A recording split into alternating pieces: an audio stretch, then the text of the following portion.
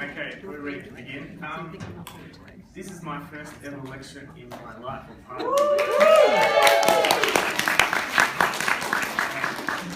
I just want to thank Paul for the opportunity. It's a wonderful thing, so thank you very much, Paul. I'd like to begin today by telling you about the children of Israel. Before we get to Adolf Eichmann and Hannah Arendt and the banality of evil, which will be my theme, I want to give you a little background and show you one example of something that Eichmann actually did, part of what he was responsible for. A little microcosm of the Holocaust, which is really the background to all of this. So the children of Israel, it's I-Z-I-E-U, 44 Jewish children, were hidden during the war in occupied France in a tiny hamlet in the southeast of France, fairly near to Lyon, near the Alps, in a hamlet called Izieu. And they were discovered by the local Gestapo chief, a man named Klaus Barbie, that we were just mentioning here. Barbie rounded up the children, put them on a truck, and then transferred to a train, and they were transported to Auschwitz, and they all died in Auschwitz. So there were 44 children. In fact, there was a 45th child who was picked up. And when they discovered that the 45th child was not Jewish, they let the child off the truck. So the children who died were killed for being what they were by dint of their ethnic and racial characteristics, for a part of themselves that they could not remove or escape even if they had wanted to. So I want to start the lecture by showing you a video about the children of Israel as sort of a setup for the stakes of my presentation today. I've got a little clip here. This is from a documentary that I'm a rather big fan of. It's called Hotel Terminus. And it's about the life and times of this fellow Klaus Barbie, who was the Nazi who rounded them up. And actually quite a famous Nazi in that he's the guy who killed Jean Moulin, who was the head of the French resistance in World War II. Those of you who know your World War II history. So I just want to show you, this will take a few minutes, maybe 4 or 5. But this will set up my discussion. And I want you to pay particular attention at the end to there's a discussion with an old woman who's standing up at a window, which is quite interesting. And I want to sort of go through there. Okay, so just have this for a moment.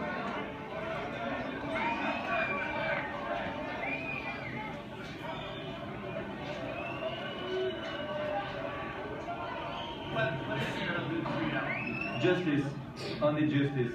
And I'm very proud of the French justice and the serenity of the French justice. That's all. And memory of the children of Israel. Bien, j'étais donc au collège moderne à l'époque où des enfants de cette colonie étaient abrités par le directeur de l'école même, à Belay.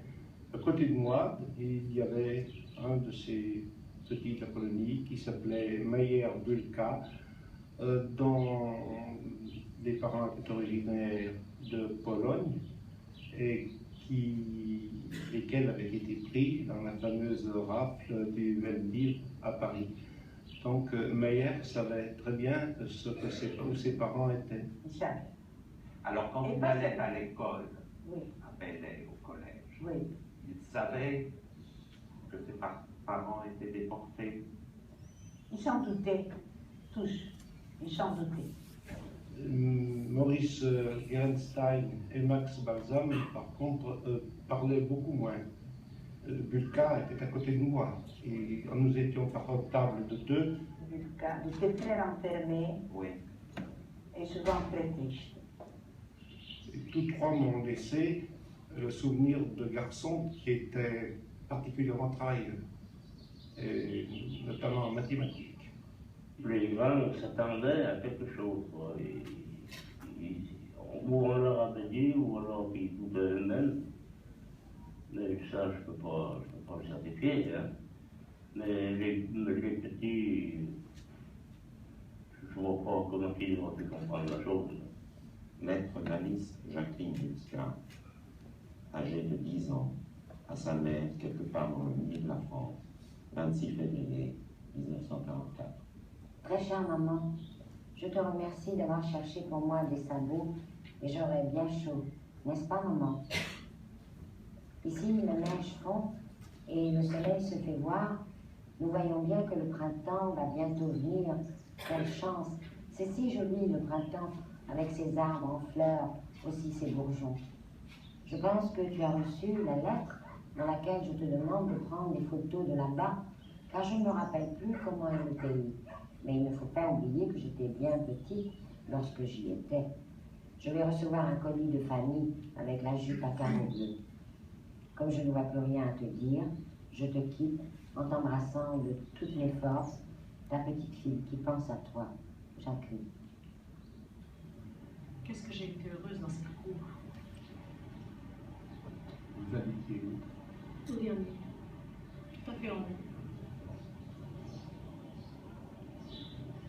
Mon père était en train de se laver les mains là, quand le SS est venu nous sonner à la porte. Et il avait vu par la fenêtre qu'il y avait des SS de ce côté qui barraient le chemin parce qu'il y a deux sorties. C'est vous le locataire ou si c'est l'autre monsieur là? Vous vous ressemblez? Ah non, je ne suis pas locataire ici. Non. Hein? Mais vous connaissez Madame Lagrange? Vous êtes dit bonjour. Elle n'est pas connue la dame, mais je ne vois pas qui c'est non plus. Ah oui? J'habitais au-dessus de vous. Mais Simone Cadouche. hein? Simone Cadouche. J'habitais au-dessus de vous. Pourtant, Madame Cadouche? Oui. Oh non, mais je ne pouvais pas vous reconnaître parce qu'on change, hein, vieillissant. Hein? Vous n'avez pas tellement changé. Oula, aussi, 77 ans, hein? On change. Et vous vous appelez comment de votre nom de fille? Je ne sais pas comment. Cadouche. Cadouche. Oula, ben je ne vous avais pas reconnu. Hein? Ah, non. Votre visage, oui, quand je l'ai vu, ne m'était pas connu, mais le nom, non, absolument pas. Vous étiez là, madame, le jour de l'arrestation de la famille Cadouche? Oui, oui. Vous l'avez vu? Ah Qu'est-ce oui, que mais vous... moi, je suis venue là en 42. Oui. Donc vous étiez là quand les SS sont venus? Quand les SS sont venus arrêter Après, la moi, je famille. ne sais pas s'ils ont été à la cour ou dans la rue, mais enfin, je m'en souviens. Vous, c'est les Cadouches qui avaient été déportés, alors. Voilà. Ah, oui. Et vous êtes la fille l'aînée. Voilà. Et que vous avez eu le bonheur de revenir. Ben oui. Ah, c'est vous alors? C'est Ah moi. oui, oui. Ah ben non, je ne vous avais pas reconnu. Et puis vos parents ne sont pas revenus. Non, ils ne sont pas Oh revenus. là là, c'était quand même oui, oui, oui, ça. Je n'oublierai jamais. Hein. Oh, moi non plus, je dirais. Ah, oh, ben, plus forte raison vous, hein, parce que mon père, moi, je n'oublierai pas ça. Hein. Le jour où j'ai été arrêtée, vous étiez chez vous. Et il y avait Madame Bontou en face. Oui, c'est ça. Elle est la Oui. seule à avoir essayé de me sortir des SS. Ah oui. Oh là là. Madame C, elle était de ce côté, derrière sa porte. Celle qu'on a vue tout à l'heure. Celle qu'on a vue tout à l'heure. Et de ce côté, il y avait Madame Bontou, qui a laissé passer mon père, ma mère, etc. Et qui très gentiment m'a tiré par la manche pour essayer de me faire rentrer chez elle, de me tirer des pattes des SS. Et pourquoi ça n'a pas marché? Eichmann s'est retourné, il est monté et il m'a poussé dans l'escalier. Et Madame Bontou a reçu une gifle qui l'a renvoyée chez elle. Et pendant ce temps-là, Madame Serre, Elle était qu'elle fait très chez elle. Je ne sais pas du tout ce qu'est devenu Madame Bontou, mais c'est vrai que pour elle, j'ai une pensée qui est tout à fait différente de ce que je pourrais avoir pour d'autres personnes. vous n'avez jamais revu. Non. Non. This motion picture is dedicated to the late Madame Bontou, a good neighbor.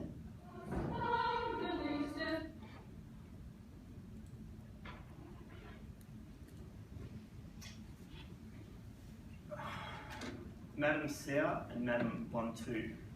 Are there any French speakers here? How would you translate Bontou?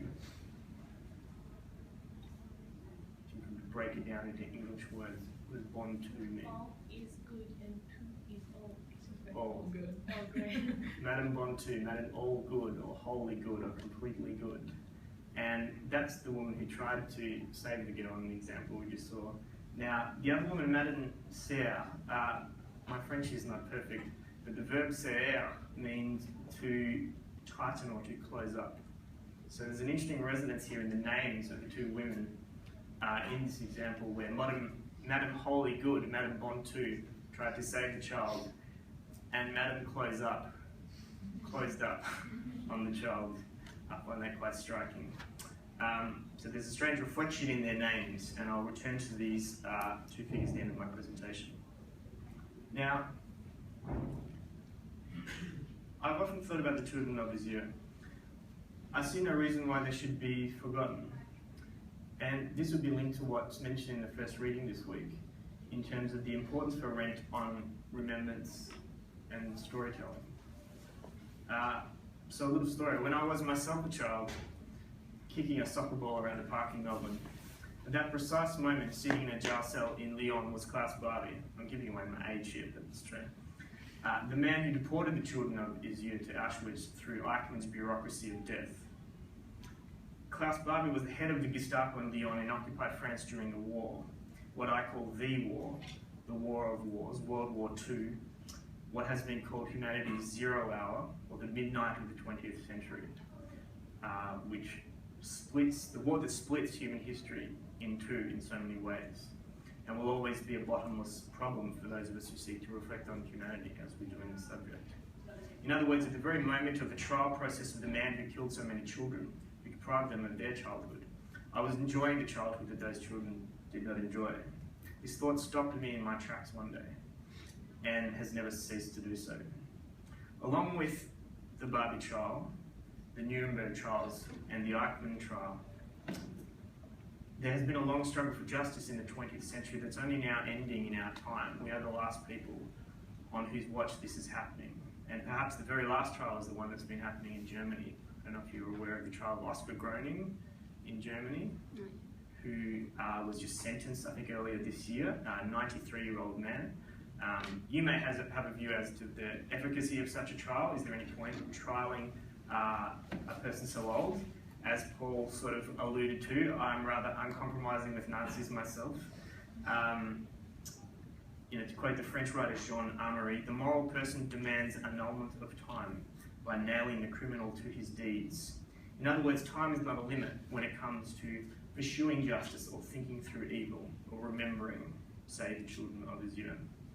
We know, of course, that crimes against humanity are not subject to the statute of limitations in many countries. This is a part of the legacy of the aftermath of the Holocaust. It's important to understand these 20th century trials in order to understand some of the legal foundations operative in the world today. So, for example, there was an op-ed just in the New York Times yesterday, some of you may have seen, which called for the arrest of the sitting president of Sudan, Omar Bashir, for his crimes in the western region of Sudan, in Darfur, for the genocide and ethnic cleansing that's been going on since about 2003. So these types of crimes are not behind us. They're a part of our lived reality. What's happening in Darfur, what's been happening in the Congo, where a modern Holocaust of about 5 million people has been unfolding in the last 10 to 15 years. So there is a need to continue to wrestle with these problems. And some of these 20th century trials, whether it's Eichmann, Klaus Barbie, the Nazis at Nuremberg, and so on, continue to remain important to think about. So, what was Eichmann's role in relation to the children of Vizier? Might stand an example for more or less the entire Holocaust today. He was the administrator who was largely responsible for the logistics of what we call the Holocaust, or what is perhaps better referred to as the Shoah. Some of you may be familiar with this. There's some debate as the correct terminology of the Holocaust. The Holocaust, in its etymology and the root meaning of the word, refers to holo meaning all and koston meaning burning. It's the all burning of something. But that etymology has a sort of sacrificial aspect. There's a risk in using the word Holocaust that you are giving credence to an idea that the Holocaust was a sort of sacrifice, perhaps a necessary condition for the unfolding of history. Whereas the word Shoah tends to indicate more simply a terrible calamity or a disaster. So even just in the very words we use to describe these things, it might be important to make a distinction there. So in terms of the Holocaust or the Shoah, Eichmann was in large part the architect and administrator of this, or what's also called the final solution of the Jewish question. He was present at the Wannsee Conference in 1942 when the decision was taken to pursue the final solution. Now, though a ranking officer in the SS, he was in essence a glorified civil servant. So his role was administrative. He made the trains run on time and ensured the provision of scarce rolling stock at the time of an ongoing war for the transportation of Jewish people to extermination camps all around Europe. In other words, given that it was he who had ultimate responsibility for all such logistics, it was doubtless one of Eichmann's trains that the children of Azu were transported on to meet their fate. Now, after the war, he escaped from a Europe now controlled by the Allies via the rat lines, which were basically escape routes for former Nazis, largely through Italy. He moved to faraway climes, and he moved to Argentina and established a new life there in Buenos Aires. For many years, he lived a peaceful life, but there were Nazi hunters like the famous Simon Wiesenthal, some of you may have heard of, who knew of his past and were intent on tracking him down. And as dramatic as any Hollywood film, he was jumped in the street in Buenos Aires by Israeli agents. He was kidnapped and flown back to Israel to face trial for his crimes. They actually didn't know how to get him out of the country, so they drugged him and they dressed him in a pilot's uniform, and they dragged him onto a plane pretending he was a drunk pilot. So yeah, it's okay, he's all right. And he was sort of out of it, he couldn't defend himself. So that's how they got Eichmann. So everything I've said so far is really background. It's to set up who Eichmann was and what his crimes were. Now I come to Hannah Arendt's role in all of this. She attended the trials, Paul said, in Jerusalem in 1961 as a reporter for The New Yorker, which was her idea and not theirs. The New Yorker, for those of you who don't know, is a kind of literary magazine as opposed to a newspaper. So The New Yorker is not the New York Times.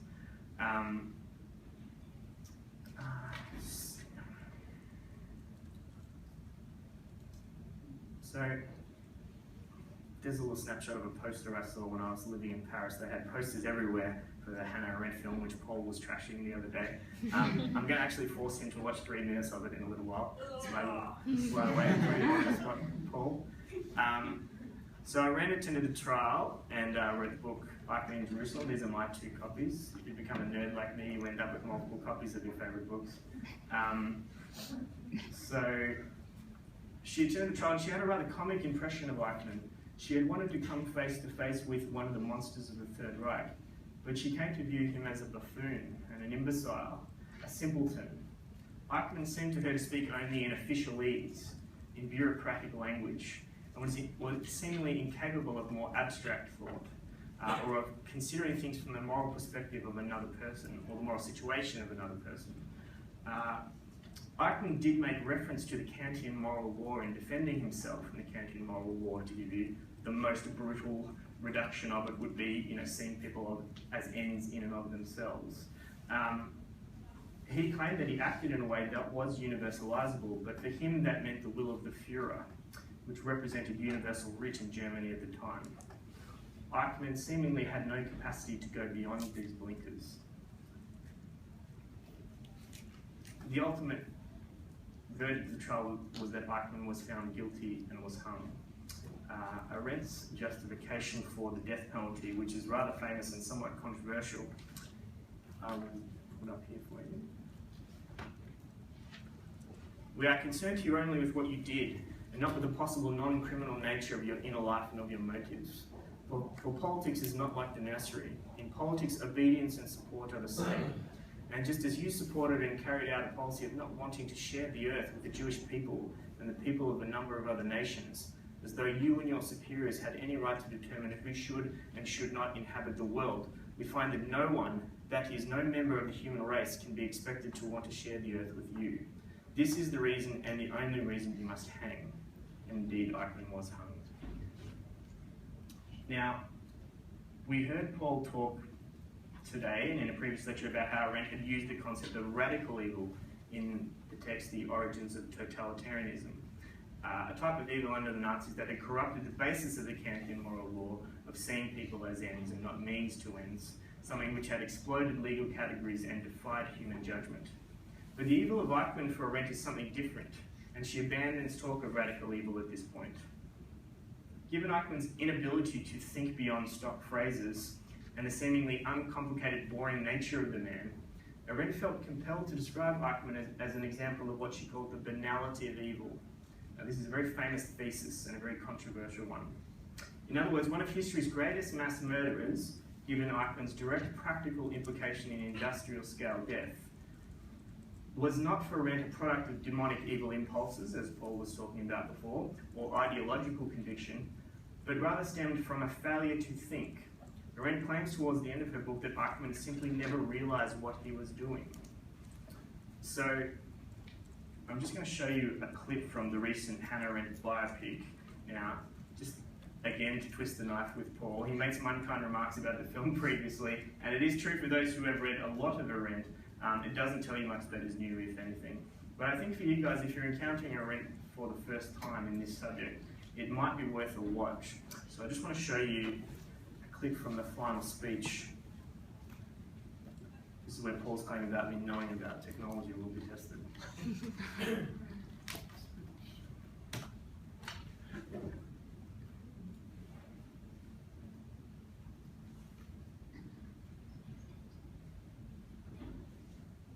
So here she gives a brief encapsulation, it's about 3 minutes, of the meaning of the banality of evil.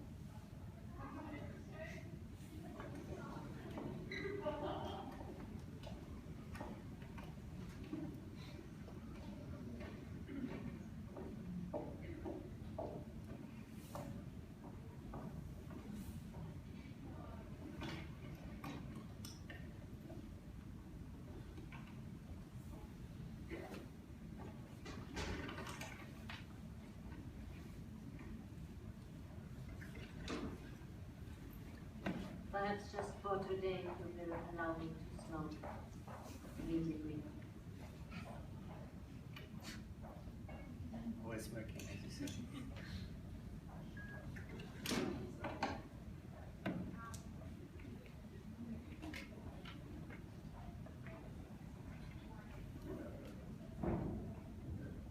When the New Yorker sent me the report on the trial of Adolf Eichmann, I assumed that the courtroom had only one interest: to fulfill the demands of justice.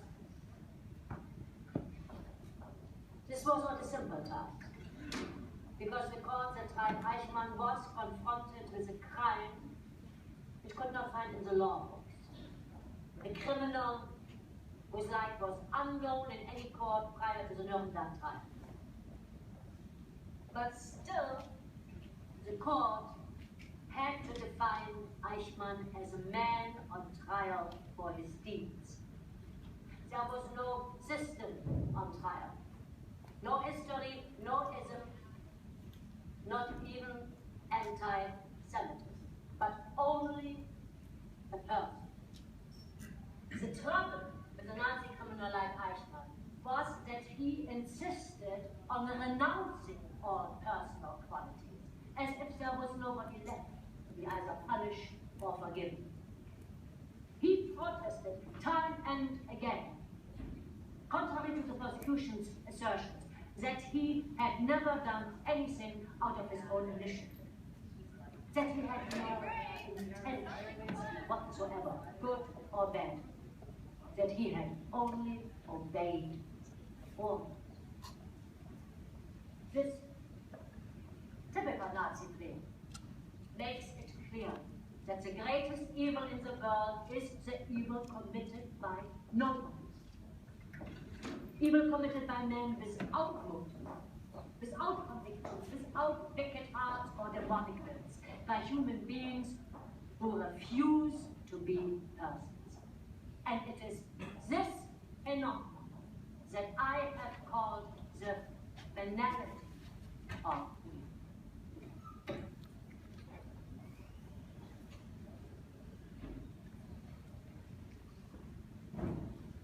So, banality of evil. Here's another description she gives in a collection called the Jewish Writings. I changed my mind and do no longer speak of radical evil.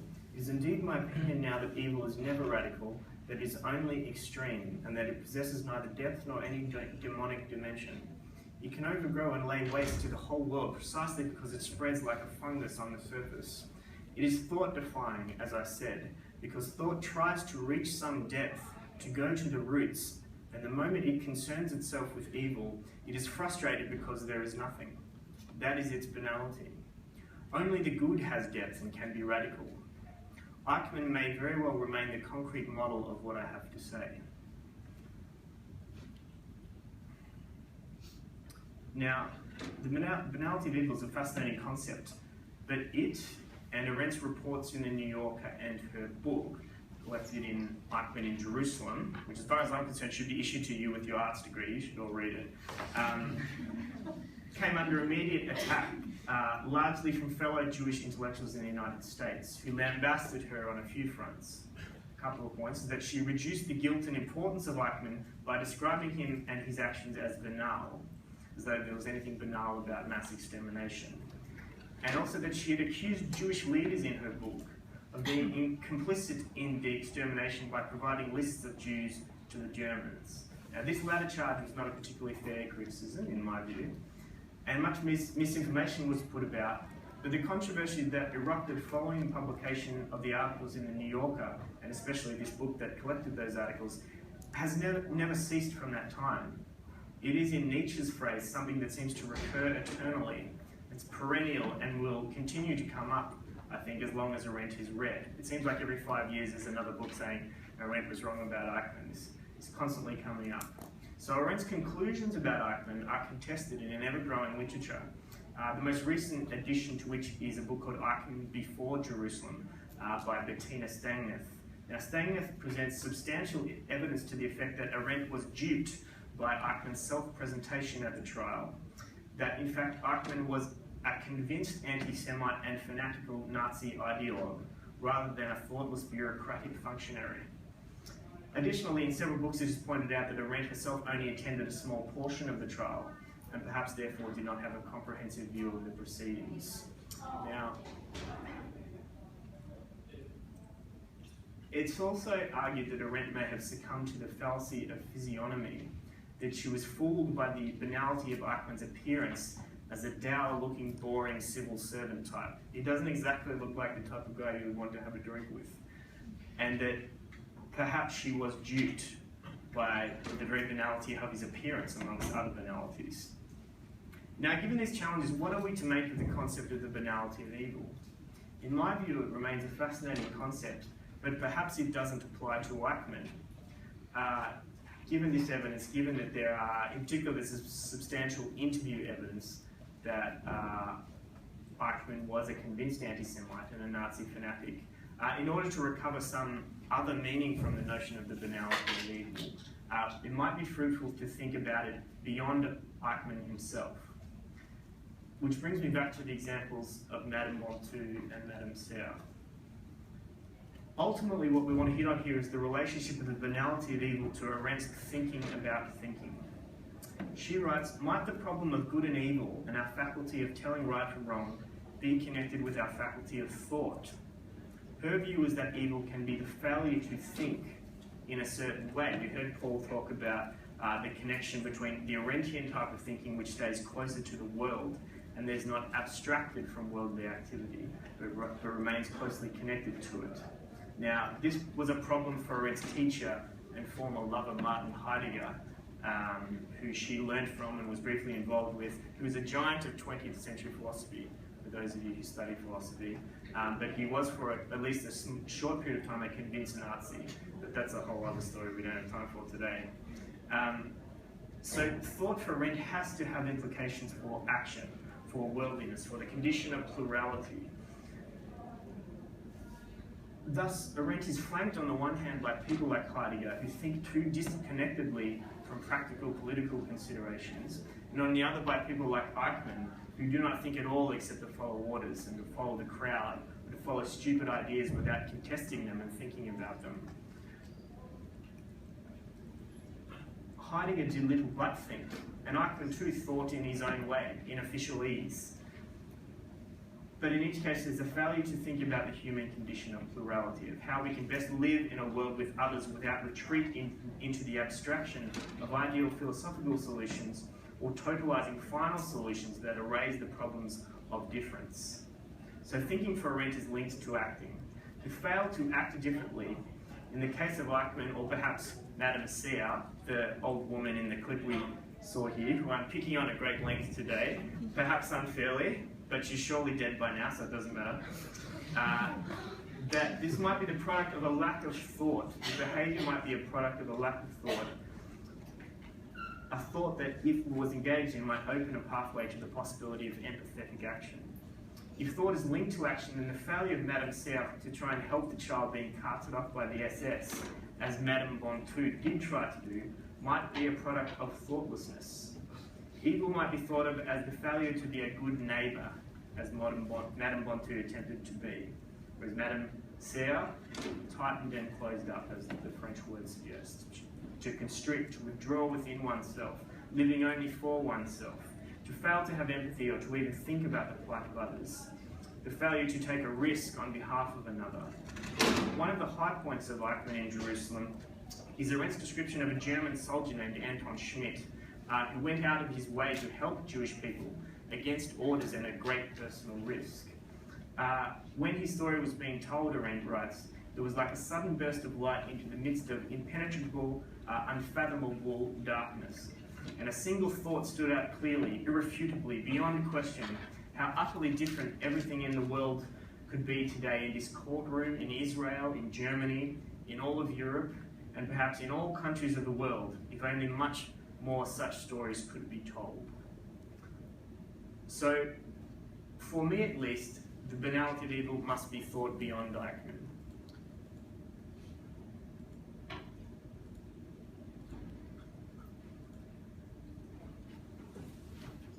It must be thought as a problem that has the potential to be made manifest in all human beings, even silly old women like Madame Serre. I love the here. The day I was dressed in it's like she doesn't know what's going on. Evil in the world would be like a fungus, as Arendt describes. Or one might think of Albert Camus' novel The Plague, where he likens fascism to a kind of plague bacillus that covers the world, something that can grow and infect everything, even without ostensible direction from a leader. Evil might be passive and not active, and the failure to think and thus to act in the Arendtian sense is linked to this. Towards the end of her book on Eichmann, she writes that such remoteness from reality and such thoughtlessness can wreak more havoc than all the evil instincts taken together, which perhaps are inherent in man. That was, in fact, the lesson one could learn in Jerusalem. And the lessons of Madame Bontu and Anton Schmidt is that one can always choose to be a good neighbour. Okay, thank you.